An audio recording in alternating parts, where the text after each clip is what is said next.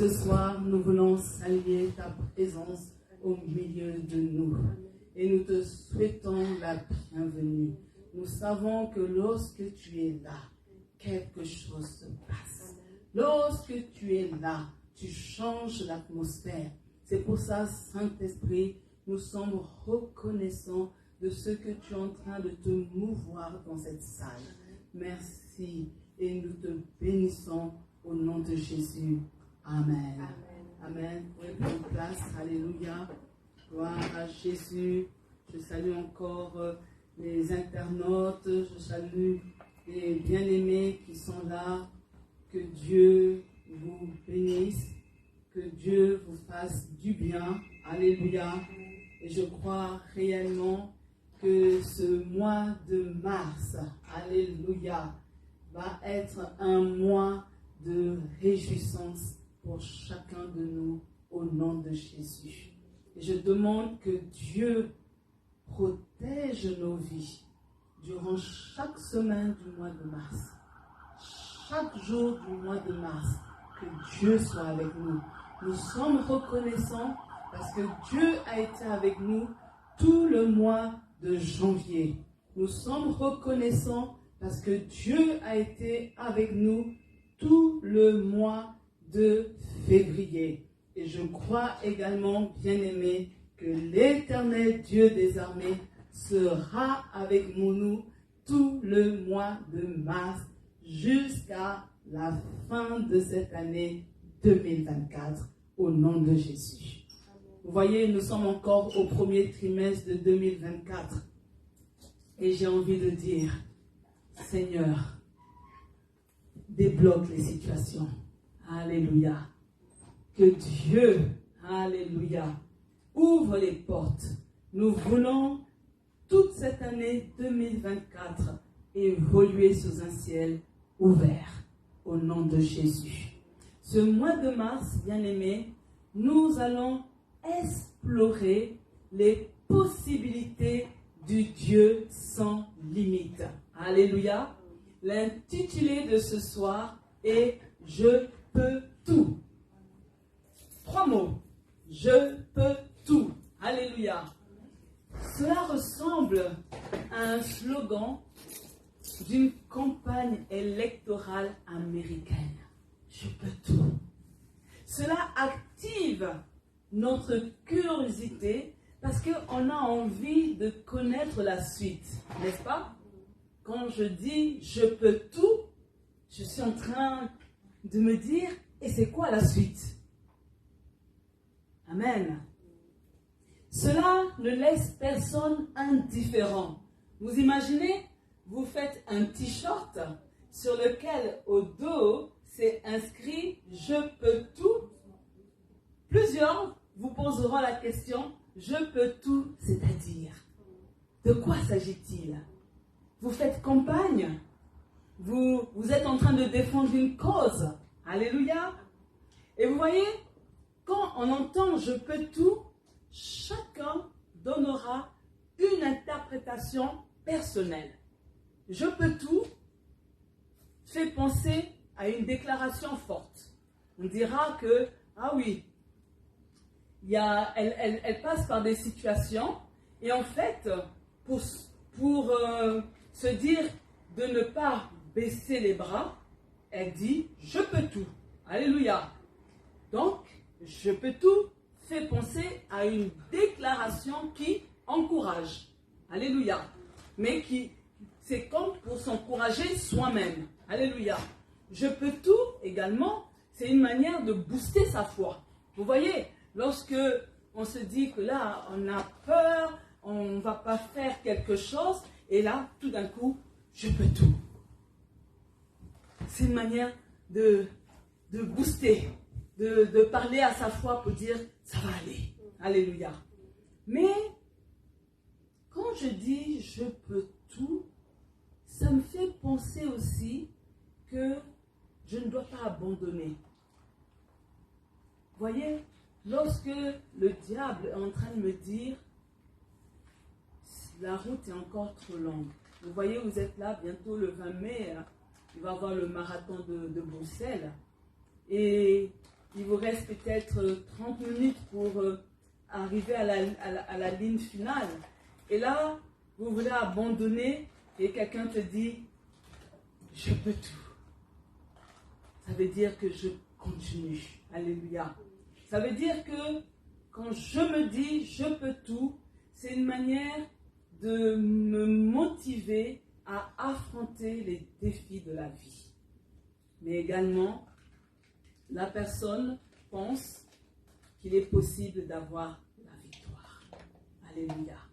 Vous voyez, je peux tout, on peut encore dire beaucoup de choses, mais quand on ouvre nos Bibles, dans Philippiens 4, 13, voici ce que l'apôtre Paul nous dit. Et nous allons le lire dans 3 versions pour que ce soit un peu plus clair pour nous.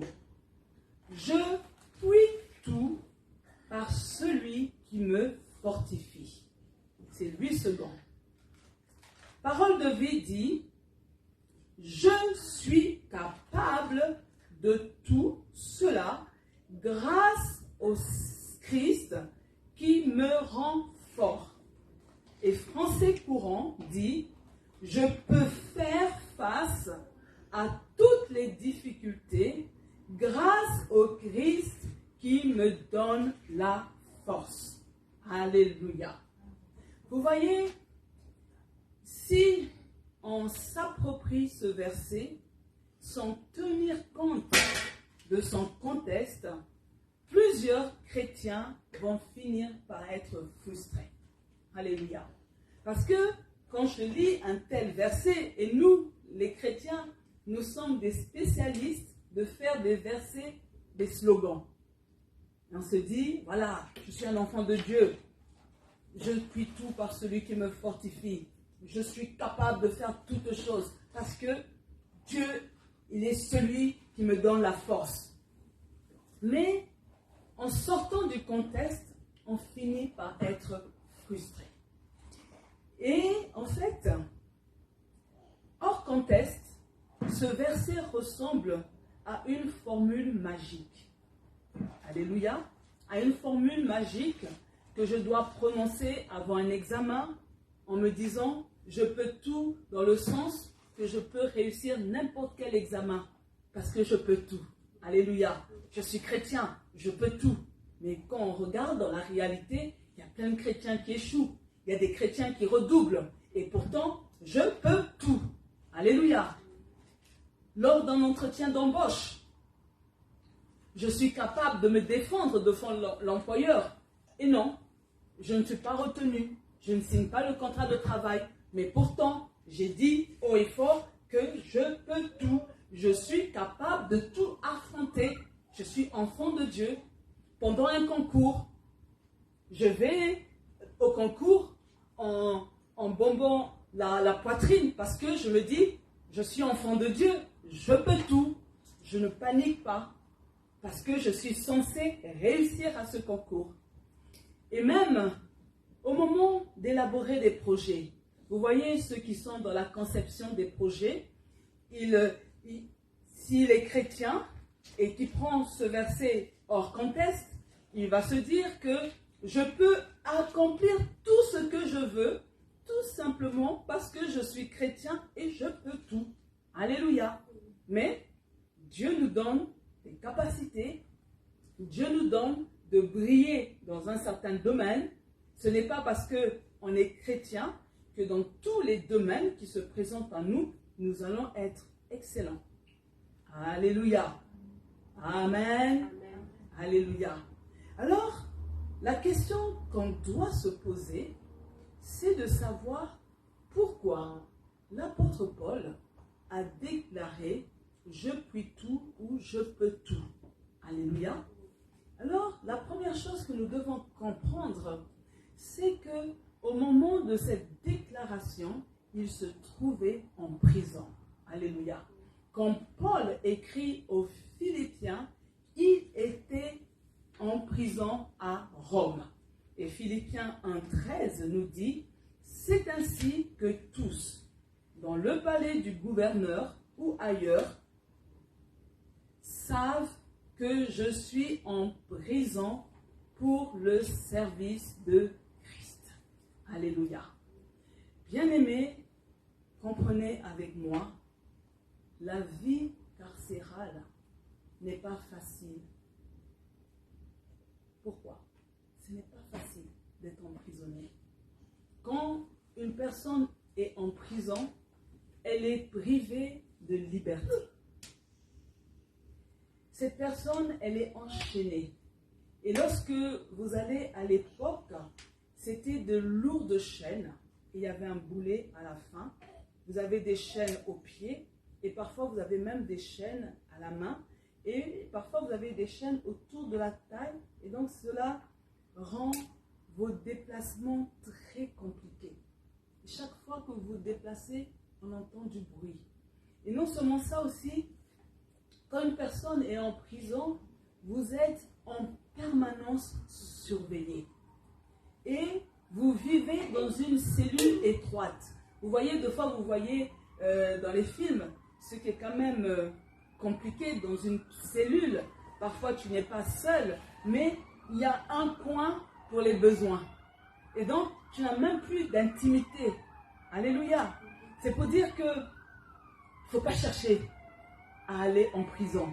Alléluia. Je parle à un jeune. Il ne faut pas chercher à se retrouver en prison. Mais le constat, bien-aimé, est le suivant, c'est que l'apôtre Paul, son moral n'est pas affecté par un tel environnement. Pourtant, plusieurs personnes, lorsqu'ils se trouvent dans un tel environnement, sont déprimés. Ils sont amers. Ils n'ont même plus goût à la vie. Combien de prisonniers se suicident en prison? Parce qu'ils ont le sentiment que leur vie ne sert à rien. Alléluia. Mais écoutez-moi, bien-aimés, les conditions défavorables dans lesquelles se trouve l'apôtre Paul ne l'a pas empêché de parler de Jésus. Wow. Il est dans des conditions où personne aimerait se trouver, mais lui, dans de telles conditions, il a toujours un désir dans son cœur, c'est de parler de Jésus. Vous voyez, bien-aimés, Paul est en prison, mais il est en activité pour le Seigneur. Car la prison n'est pas un frein pour annoncer l'évangile de Jésus. Alléluia. C'est pour ça, bien-aimé, quand Paul dit « je peux tout », Paul réalise qu'il est capable de surmonter la prison en puisant sa force en Christ. Amen. Quand Paul dit « je peux tout », il réalise qu'il est capable de garder un bon moral en allant puiser de nouvelles forces en Christ. Quand Paul dit « je peux tout », il réalise qu'il est capable d'annoncer l'évangile de Jésus-Christ qui sauve malgré toutes les situations auxquelles il fait face. Si seulement si il peut puiser sa force en Christ. Alléluia. Vous voyez, bien-aimés, humainement, et ça, souvent quand on lit la parole de Dieu ou quand on lit une histoire, plusieurs ne font pas jouer l'imaginaire. N'oubliez pas que l'auteur biblique est avare de détails. Donc c'est parfois vous qui devez un peu vous imaginer la scène. Mais vous devez comprendre que Philippiens, c'est 4 chapitres, mais ça ne veut pas dire que vous pouvez les lire en moins d'1 heure, mais ça ne veut pas dire que le vécu s'est passé en moins d'1 heure. Alléluia. Mais ça a pris des mois, ça a pris des années. Alléluia.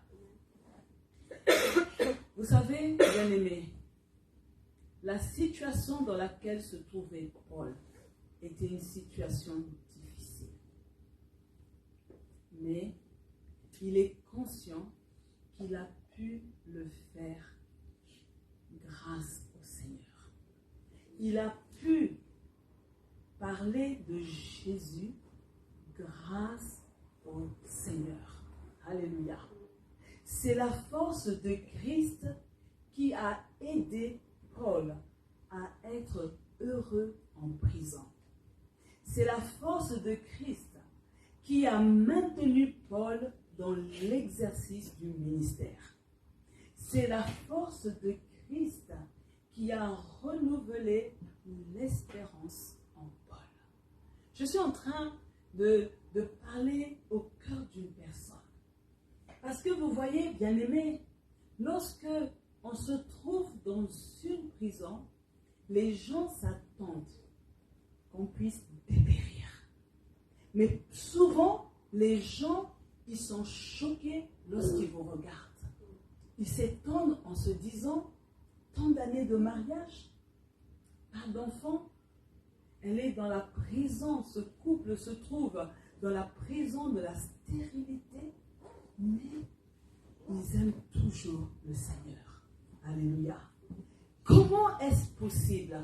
C'est possible lorsque on prend la décision d'aller puiser de nouvelles forces en Christ. Je suis dans le célibat et j'ai le désir de me marier. Mais les années sont en train de passer. Et les gens sont surpris de voir que mon espérance pour le mariage est intacte. Les gens sont étonnés que malgré ce qui me manque, je sois toujours au rendez-vous pour servir Dieu. Et les gens ne comprennent pas comment c'est possible. C'est possible simplement parce que la personne réalise qu'elle doit puiser sa force de Christ. Alléluia. Vous avez des personnes, elles sont malades, une maladie incurable. Les médecins viennent même leur dire de dire au revoir aux membres de leur famille. Et vous avez des médecins qui regardent par la fenêtre de la chambre et ils s'étonnent de voir ce malade en train de louer Dieu. Parce qu'on aurait souhaité qu'il soit en train de se plaindre. Mais comment est-ce possible, alors que tu souffres, alors que tu vas mourir, que tu sois en mesure de louer Dieu? Tout simplement parce que la personne a réalisé que humainement c'est impossible, mais je dois aller puiser ma force en Christ. Alléluia. Vous savez, bien-aimés, la prison aurait pu être une limite pour annoncer l'évangile. Je suis en train de faire réaliser à une personne que le problème par lequel tu es en train de passer, la situation défavorable dans laquelle tu te trouves aurait pu être une prison qui allait mettre une limite pour ton service de Dieu. Alléluia. Il faut que tu réalises, bien-aimé, que si tu es debout, malgré la prison dans laquelle on t'a mis, malgré ce qui te manque, malgré l'intervention que tu attends de la part de Dieu, c'est que quelque part, tu es allé puiser de nouvelles forces auprès du Seigneur. Alléluia. Vous savez, bien-aimés, Paul ne devait pas se donner des limites pour servir le Seigneur. Je suis en train de dire à une personne ce soir, il y a des limites que nous-mêmes nous mettons. Il y a des limites que nous-mêmes nous imposons. Alléluia. Mais ce soir, je suis venue te dire que toutes les limites que l'entourage vont trouver de normal, tu dois les abattre au nom de Jésus. Tu ne dois accepter, tu ne dois tolérer aucune limite au nom de Jésus. Vous savez, bien-aimés, personne n'allait blâmer Paul s'il disait, mes amis, comprenez-moi, je suis actuellement en prison. Je suis actuellement dans des conditions très défavorables. On éteint la lumière à tout moment. La luminosité n'est pas bonne. Il y a du bruit. On vient toujours m'espionner. Je ne mange pas à ma faim. Je ne mange pas les choses que j'aime. Comprenez que je ne suis pas en état de parler de Jésus. Oh, bien-aimé, aucune limite ne s'impose à un enfant de Dieu.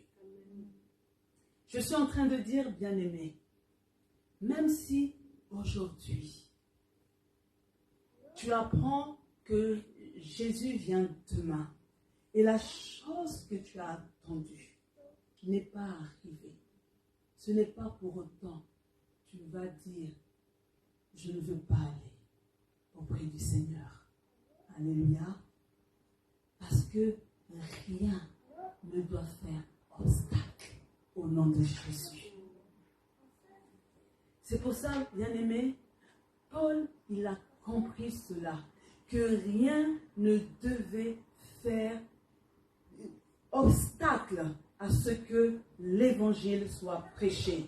Il ne devait pas accepter d'être limité par son environnement. Je suis en train de dire à une personne, n'accepte pas d'être limité par ton environnement au nom de Jésus.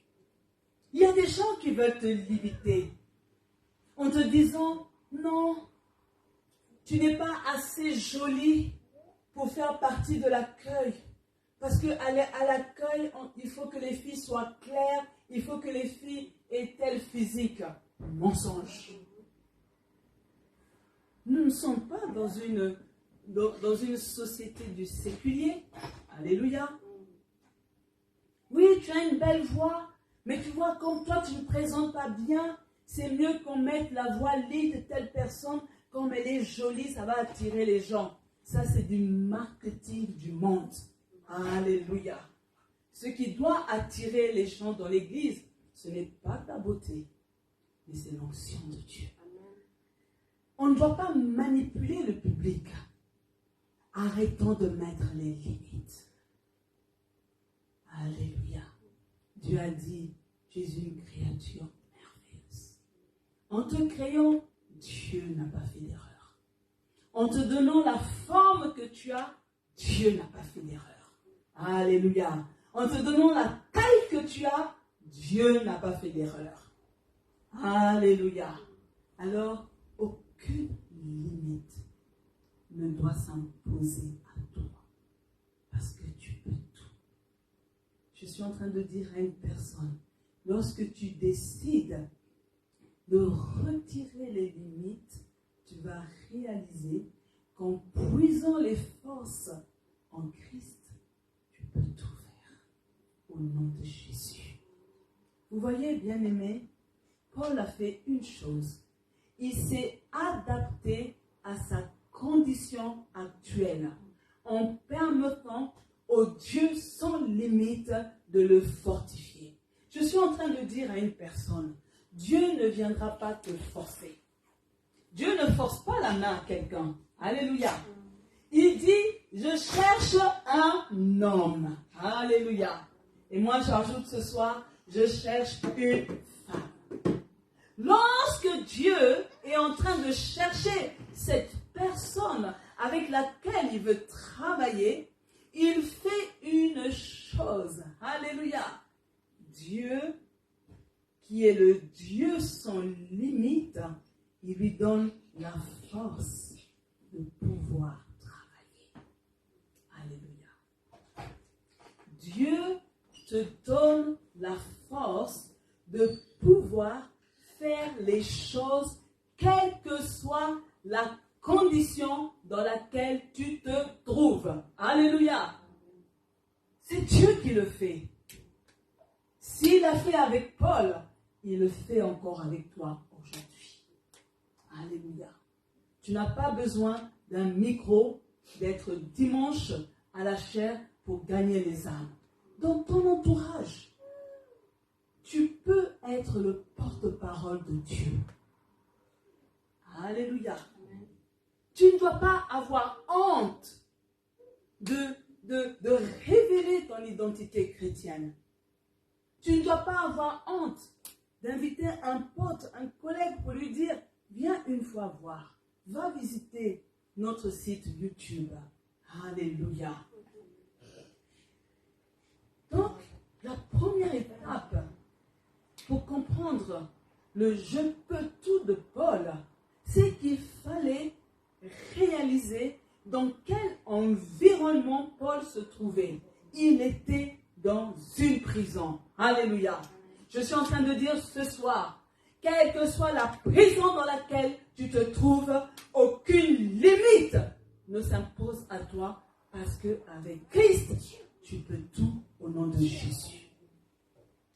Paul a pu dire que je peux tout parce que Paul avait découvert la satisfaction. Alléluia. Philippiens 4, le verset 12 nous dit, c'est Paul qui parle, il dit, je sais vivre dans la pauvreté aussi bien que dans l'abondance. J'ai appris à être satisfait partout et en toutes circonstances. Que j'ai de quoi me nourrir ou que j'ai faim, que je sois dans l'abondance ou dans le besoin. Alléluia. Alors, pour la petite histoire, bien aimée, c'est que Épaphrodite a apporté des dons de la part des Philippiens. Vous voyez, les gens avaient fait une cotisation pour donner des dons à Paul. Paul est reconnaissant pour tous les dons reçus. Je vous ai dit que Philippiens, c'est 4 chapitres. Mais bizarrement, on sait dans le savoir-vivre, je dirais même dans le savoir-être, que lorsque on reçoit des dons et que j'écris une lettre aux personnes qui m'ont envoyé des dons, c'est en début de lettre que je donne les remerciements. N'est-ce pas? Vous êtes d'accord avec moi? En principe, c'est au début. Je commence par saluer et puis je dis, voilà, j'ai bien reçu vos cadeaux, j'étais vraiment très touchée et voilà, tout le charabia qu'on connaît. Mais ce qui est là, Paul, il ne remercie pas les Philippiens en début de lettre, mais il les remercie à la fin. Et là, vous avez Philippiens 4, 10 à 11. Voilà ce qu'il dit. J'ai éprouvé une grande joie dans ma vie avec le Seigneur. Vous avez en effet pu manifester de nouveau votre intérêt pour moi. Cet intérêt, vous l'aviez déjà, certes, mais vous n'aviez pas l'occasion de me le montrer. Le verset 11. Et je ne parle pas ainsi parce que je suis dans le besoin. J'ai en effet appris à me contenter toujours de ce que j'ai. Alléluia. Et vous voyez, quand Paul, il dit merci, mais il donne une telle information, en fait, Paul est en train de livrer un enseignement poignant. Être satisfait en soi-même. Alléluia. Ce soir, je suis en train de dire à une personne, en cette année 2024, tu dois être satisfait en toi-même. C'est important, bien-aimé. Je suis en train de dire à une femme qui est en train de pleurer pour avoir un enfant, tu dois déjà être satisfait sans avoir d'enfant. Parce que ces enfants, vous voyez, quand ils sont petits, ils sont accrochés à vous. Je vous assure, hein, j'avais mon dernier, c'était comme un sac à main. Alléluia. Et puis, je n'ai rien compris. Lorsqu'il arrive en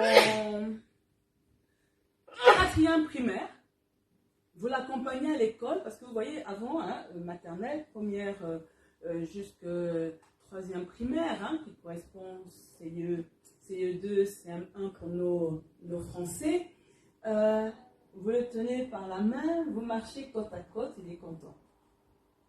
Et puis après, on ne comprend pas. En 4e, 5e primaire, vous marchez et puis vous voyez un enfant qui accélère. On veut pas, il ne faut surtout pas que les potes voient que c'est maman qui m'accompagne. Alors, je dis à une femme stérile, si tu te dis que ton enfant il sera toujours collé, serré à toi, non. Sois satisfaite en toi-même. Et après, les enfants ils grandissent, ils vont se marier, ils vont faire leur vie. Alléluia. Et je dis même à un célibataire, ne pense pas que c'est le conjoint qui va venir te donner le bonheur. Mais dans ta position de célibataire, il faut déjà que tu aies le bonheur. Parce que si tu attends que quelqu'un vienne créer ton bonheur, tu seras frustré. Amen. Alléluia. Amen. Être satisfait en soi-même. N'attends pas d'arriver à l'église pour que quelqu'un te dise « Oh, tu es magnifique. Oh, tu es bien habillé. » Tu vas être déçu parce que ce jour-là, personne ne va faire attention. Tu dois être satisfait en toi-même. Quand toi-même tu te mires, tu dis « Waouh, quelle beauté !» Alléluia. Parce que vous savez, hein, les hommes sont spéciaux. Alléluia. Ils ouvrent la bouche pour dire uniquement ce qui ne va pas. Mais quand tout va bien, il n'y a personne qui parle. Tu fais une fausse note, tout le monde va parler. Mais toutes les fois où tu n'as pas fait de fausse note, il n'y a personne qui vient te féliciter. Et donc, si tu fais les choses parce que tu t'attends qu'on vienne te féliciter, tu seras déçu. Être satisfait en soi-même. Alléluia. Alors, la question, c'est de se dire, c'est quoi ça? Être satisfait en soi-même. C'est la capacité d'être heureux dans son être intérieur. Alléluia. Tu dois être heureux dans ton cœur. Tu dois être heureux dans ton esprit. Tu dois être heureux dans ton âme. Parce que, bien-aimé, quand tu as cette capacité, cela ne veut pas dire que tu es en train d'afficher des faux semblants ou que tu es un parfait comédien ou tu présentes une illusion. Non. Dieu ne demande pas d'être faux. Alléluia. Mais c'est la joie du Seigneur qui coule en toi. Alléluia. Paul est en train de dire, par moment, je n'ai pas à manger. Par moment, je n'ai rien. Mais ce n'est pas parce que mon ventre est vide que je n'ai pas la joie. Ce n'est pas parce qu'il me manque quelque chose que je serai triste, malheureux. Mais quoi que j'ai, je suis toujours dans la joie. Alléluia. Parce que je suis satisfait en moi-même. Alléluia. Et là, quand Paul est en train d'écrire, n'oublions pas, il est toujours en prison. Alléluia. Mais il est en train, en fait, de dire aux Philippiens, vos cadeaux ont fait la joie de mon cœur, mais en fait, avant même de recevoir vos cadeaux, moi, j'étais heureux. Alléluia. Ça n'a rien changé. Ça n'a pas apporté un plus. Je ne suis pas plus joyeux. Mais même avant de recevoir vos cadeaux, quand je n'avais rien, j'étais heureux. Parce que j'ai appris à être satisfait en moi-même. Alléluia. C'est pour ça, bien-aimé, Paul est en train de dire aux Philippiens, la vie carcérale ne pouvait pas limiter son bonheur. Il est en train de dire que la privation de ne pouvait pas limiter son bonheur. Il était en train de dire que les chaînes ne pouvait pas limiter son bonheur. Il pouvait dire que la surveillance constante des gardiens ne pouvait pas limiter son bonheur. Mais il est en train de dire, la vie dans cette cellule étroite ne pouvait pas limiter mon bonheur. Alléluia. Qu'en est-il de toi? Y a-t-il des choses qui limitent ton bonheur? Mais Paul te dit, je peux tout. Parce que je suis satisfait en moi-même. Quand je suis satisfait en moi-même, qu'est-ce que j'ai appris? Paul a appris certaines choses. Pour être satisfait en soi-même, Paul a appris à supporter. Il supporte les moqueries, les injustices. Il a appris à accepter le régime carcéral. Ce n'est pas facile, hein? Allez faire un tour en prison, vous allez voir. Il a appris à travailler pour le Seigneur dans les conditions qui se trouvent. Et là, je tire mon chapeau au chantre. Parce qu'on aurait pu me dire, Pasteur Marlène, tant qu'on n'a pas de pianiste, nous on ne chante pas. T'imagines, chanter a cappella, c'est pas facile. Non. Mais elles font le service de Dieu dans les conditions dans lesquelles nous sommes actuellement. C'est ça, se satisfaire intérieurement. Alléluia. Paul a appris à dépasser les situations. Vous voyez, quand on est en prison, on n'est pas le gestionnaire de ses heures. On vient de fois t'apporter à manger alors que tu n'as pas faim. On vient t'imposer qu'il faut dormir alors que tu n'as pas encore sommeil. C'est ça la prison. Tu ne décides de rien. Mais aussi, pour être satisfait en soi-même, il faut apprendre à se mettre au-dessus des dires des gens. Vous pensez que les gens ne se sont pas moqués de Paul en disant, mais il est où ce Dieu que tu sers? Alléluia. Même ses compagnons se sont dit, ah, mais lui aussi là, c'est quand même bizarre. Hein? Il est dans un bateau naufrage. Il fait ceci, on doit regarder clair. Est-ce qu'il n'y a pas un péché? Est-ce qu'il n'y a pas un autre problème? Alléluia. Il fallait se mettre au-dessus des dires des gens. Mais il a appris aussi à vivre pour Christ, à souffrir pour l'évangile. Je suis en train de dire, si tu veux être capable de te satisfaire intérieurement, tu dois apprendre à vivre pour Christ. Ce que je fais, je ne le fais pas pour que les gens m'acclament. Je ne le fais pas pour que les gens me voient, mais je le fais parce que je vis pour Christ. Alléluia. Et c'est ça le problème de notre génération. On fait les choses et puis on cherche à connaître le qu'en dira-t-on. On cherche à savoir si les gens apprécient. On cherche à avoir la certitude si les gens acclament. Non, Dieu n'est pas toujours dans la majorité. Dieu est souvent dans la minorité. Alléluia. Bien-aimé, Paul, il a tiré sa force de Christ pour être satisfait en lui-même malgré les combats.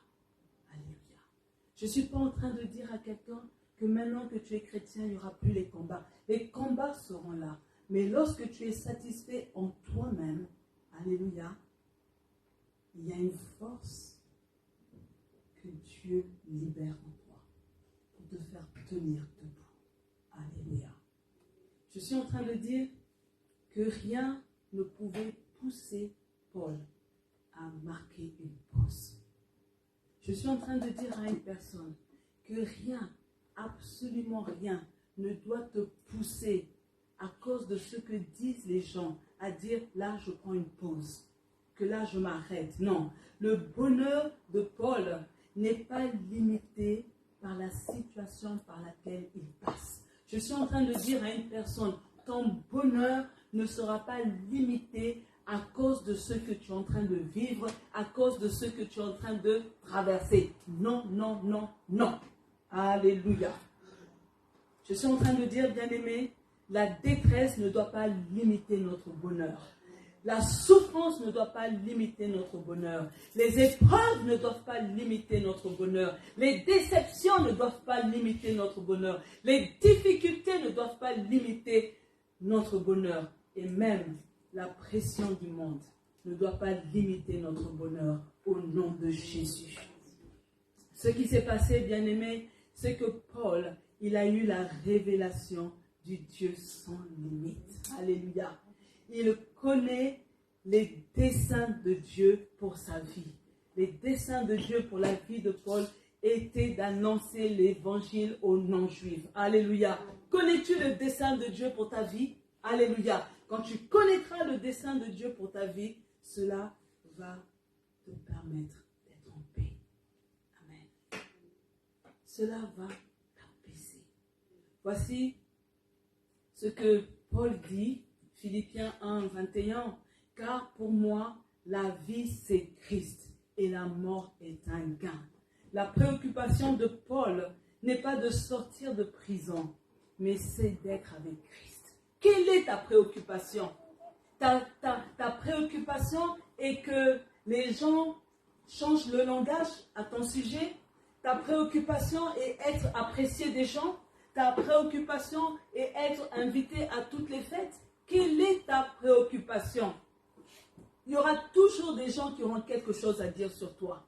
Mais Dieu te demande, ta préoccupation, c'est d'être avec Christ. Alléluia. C'est pour ça, bien-aimé, ne te plains pas de ta condition. Ne cesse pas de parler de Jésus. Avec la force de Christ, tu peux tout surmonter. Tu peux tout traverser et tu peux tout dépasser au nom de Jésus. Alléluia. Je suis en train de dire à une personne que Dieu t'aide à puiser ta force de Christ au nom de Jésus. On va se lever pour la prière. Alléluia. Gloire à Jésus. Vous dites après moi, Seigneur, aide-moi à épingler mes limites pour me permettre de prier et de méditer davantage ta parole au nom de Jésus. Alors, prie au nom de Jésus. Oui, Seigneur. Seigneur, fais tomber les écailles de nos yeux. Seigneur, que nous-mêmes, nous soyons en mesure de mettre le doigt sur nos limites. Seigneur, ouvre nos yeux. Que nous soyons en mesure d'épingler ce qui constitue pour nous des limites. Au nom puissant de Jésus. Seigneur, aide-nous à méditer et à prier davantage au nom puissant de Jésus. Amen. Nous allons prier que le constat de tes limites te rapproche de plus en plus de Dieu. Parce que lorsque tu constates les limites, tu comprends qu'il faut que tu t'approches de Dieu parce que c'est en lui que tu vas puiser de nouvelles forces au nom puissant de Jésus. Élève ta voix. Seigneur, je ne veux pas simplement voir mes limites. Seigneur, je ne veux pas simplement épingler mes limites, mais je veux, Seigneur, que le constat de mes limites me rapproche davantage de toi, que le constat de mes limites m'attache de plus en plus à toi, au nom puissant de Jésus. Amen. Vous allez dire après moi, Seigneur, je refuse que les événements par lesquels je passe constituent une limite pour l'annonce de l'évangile. Au nom de Jésus. Alors, parle. Présente à Dieu les événements par lesquels tu passes. Et commence à ordonner que toi, tu ne seras pas une limite pour le service de Dieu. Alléluia. Commence à parler au Seigneur. Et rien ne peut être une limite pour que je serve Dieu. Le manque d'argent n'est pas une limite pour servir Dieu. La déception des hommes n'est pas une limite pour servir Dieu. Le célibat n'est pas une limite pour servir Dieu. Le manque d'enfants n'est pas une limite pour servir Dieu. La maladie n'est pas une limite pour servir Dieu au nom puissant de Jésus-Christ.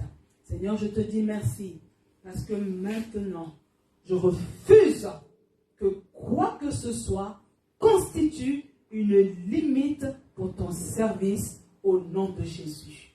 Vous dites après moi, je crois qu'il est possible de faire face à toutes les difficultés grâce au Christ qui m'en donne la force. À partir de maintenant, je décide de puiser la force de Christ pour faire ce que Dieu veut que je fasse. Je puise la force de Christ pour relever les défis de la vie. Au nom de Jésus. Alors commence à prier. Oh Dieu, nous te disons merci. Seigneur, nous prenons la décision. Seigneur, nous sommes volontaires. Seigneur, tu peux compter sur nous. Seigneur, nous voulons, c'est le désir de notre cœur, venir puiser la force de Christ. Seigneur, nous venons puiser la force de Christ pour pouvoir avancer, pour pouvoir, Seigneur, travailler, pour pouvoir, Seigneur, faire l'œuvre du Seigneur sans relâche. Seigneur, merci, Papa, parce que tu nous donnes la force pour pouvoir relever les défis auxquels nous sommes confrontés au nom de Jésus. Alléluia. Vous dites après moi, je veux apprendre à faire confiance à Dieu. Car son intervention est illimitée. Je ne veux plus être limité par les circonstances négatives de la vie. Au nom de Jésus. Alors commence à prier. Appelle l'intervention illimitée de Dieu de te localiser ce soir. Au nom de Jésus. Oui, éternel Dieu de grâce, nous sommes en train de prier. Nous appelons, Père, une intervention limitée, illimitée. Nous appelons ton intervention illimitée. Père, nous savons que tu es disponible 24 heures sur 24, 7 jours sur 7. Seigneur, nous pouvons compter sur toi. Il n'y a rien qui peut bloquer ton intervention. Seigneur, ta puissance est sans limite. Seigneur, nous t'appelons. Fais sortir tes enfants de cette situation qui trouble leur vie, de cette situation qui brise leur cœur. Seigneur, viens mettre fin à cela au nom de Jésus. Amen. Amen. Que rien ne limite tes enfants dans le nom puissant de Jésus. Alléluia. Amen. Nous allons prier que le bonheur ne soit pas limité par les événements intérieurs ou extérieurs de la vie. Tu dis que mon bonheur ne soit pas limité par les événements par lesquels je passe. Commence à prier. Oh Seigneur, c'est le cri de notre cœur ce soir. Il y a un bonheur que tu réserves pour tes enfants. Mais parfois, Seigneur, c'est nous qui fermons la porte au bonheur parce que nous mettons des limites à cause des événements intérieurs, extérieurs de la vie. Seigneur, parce que quand la maladie est présente, nous fermons la porte au bonheur. Lorsque, Seigneur, le compte en banque est vide, nous fermons la porte au bonheur. Lorsque les gens nous abandonnent, nous fermons la porte au bonheur. Seigneur, ce soir, nous prenons la résolution de ne plus fermer la porte du bonheur parce que je décide que mon bonheur n'est pas limité par les événements par lesquels je passe au nom de Jésus. Amen. Amen. Alléluia. Amen. Vous dites après moi, devant toutes les situations qui conduisent au désespoir, je choisis de me connecter à la force illimitée de Dieu. Et je m'attends à son intervention sans limite afin d'avancer sereinement vers le succès au nom de Jésus. Alors, bien-aimé, ouvre ta bouche, commence à prophétiser. Tu as dit que tu te connectes à la force illimitée de Dieu et que tu veux t'attendre à une intervention sans limite de sa part.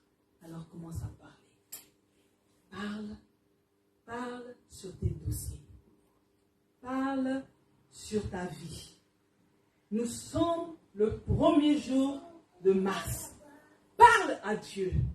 Je suis en train de dire, bien-aimé, si l'intervention de Dieu est sans limite, ce mois de mars peut enfanter de bonnes choses pour toi. Parle à Dieu. Ne te tais pas. Cher internaute, parle à Dieu. Ne te tais pas au nom de Jésus. Seigneur, nous te disons merci parce que je sais que tu as décidé que tes enfants avancent paisiblement vers le succès. Seigneur, je déclare, Seigneur, un avancement concret, un avancement réel, un avancement palpable au nom de Jésus. Seigneur, je déclare que tes enfants sont connectés à la force illimitée du Dieu de la Bible. Seigneur, je déclare et je proclame que chacun d'entre eux s'attend à l'intervention du Dieu sans limite. Parce que Seigneur, je sais que ta puissance est sans limite. Et que ce mois de mars, Père éternel, quelque chose va se faire dans le nom puissant de Jésus. Et le peuple de Dieu dit Amen. Amen. Alléluia. Gloire à Dieu. Vous pouvez vous asseoir. Il reste 1 minute pour dire que du 5 au 7 avril, nous aurons notre 2e édition de la COFEV, Conférence des femmes porteuses de vie. Pour qu'une femme porteuse de vie se lève, elle doit être libérée. Alléluia. Et donc, dans les prochains jours, vous verrez les vidéos, vous verrez les affiches. Notez dans vos agendas, soyez présents. Vous connaîtrez bientôt le nom de l'orateur et à très bientôt. Je vous donne rendez-vous dimanche. Nous aurons le culte à 9h30. Soyez bénis. On va se lever, bien-aimés, pour la prière finale. Et je ne sais pas, je sens dans mon cœur que ma fille Elsa elle va venir nous bénir. Alléluia. Alléluia. Alléluia. Alléluia. Gloire à Dieu. Je peux te mettre sur le côté là. Là, elle va apprendre à saper quand on vient à l'église. Alléluia.